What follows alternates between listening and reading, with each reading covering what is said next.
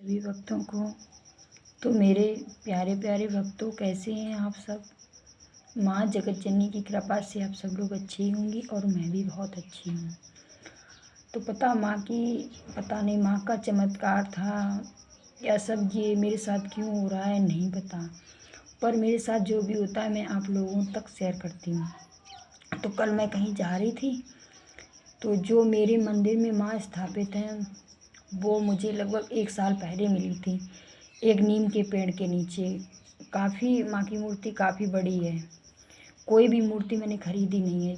तो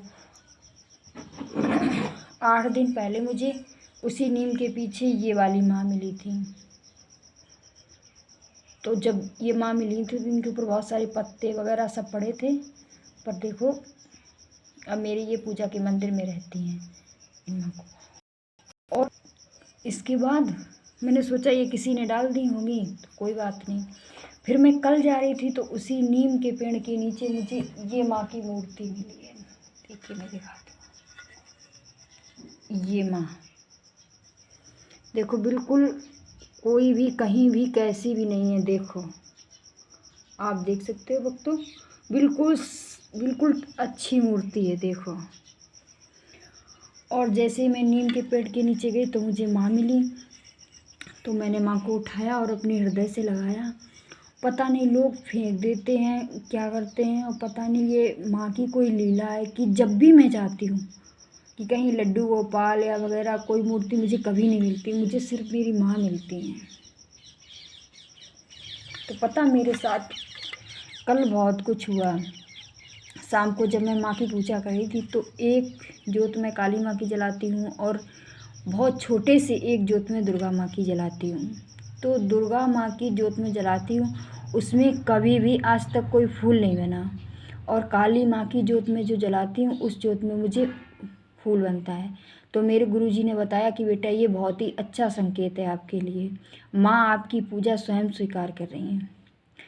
तो कल मैं अपनी माँ से घंटों बात करती हूँ और मुझे माँ की कभी कभी याद भी इतनी आती है कि मुझे बहुत ज़्यादा रोना भी आता है। आप लोग सोच रहे होंगे दीदी ये कैसी पागलों की तरह। सच में मेरा और मेरी माँ का प्यार पागलों जैसा ही है, कोई नहीं समझेगा इसे, मैं और मेरी माँ सिर्फ समझती है।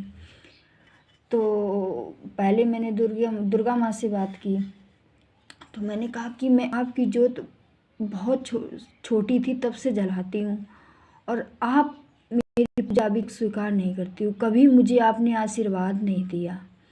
और काली माँ की तरफ मैंने देखा कि देखो माँ की जब भी मैं जोत जलाती हूँ, माँ की मैं लाडली सी बेटी हूँ, माँ मुझे हमेशा आशीर्वाद के रूप में फूल देती है।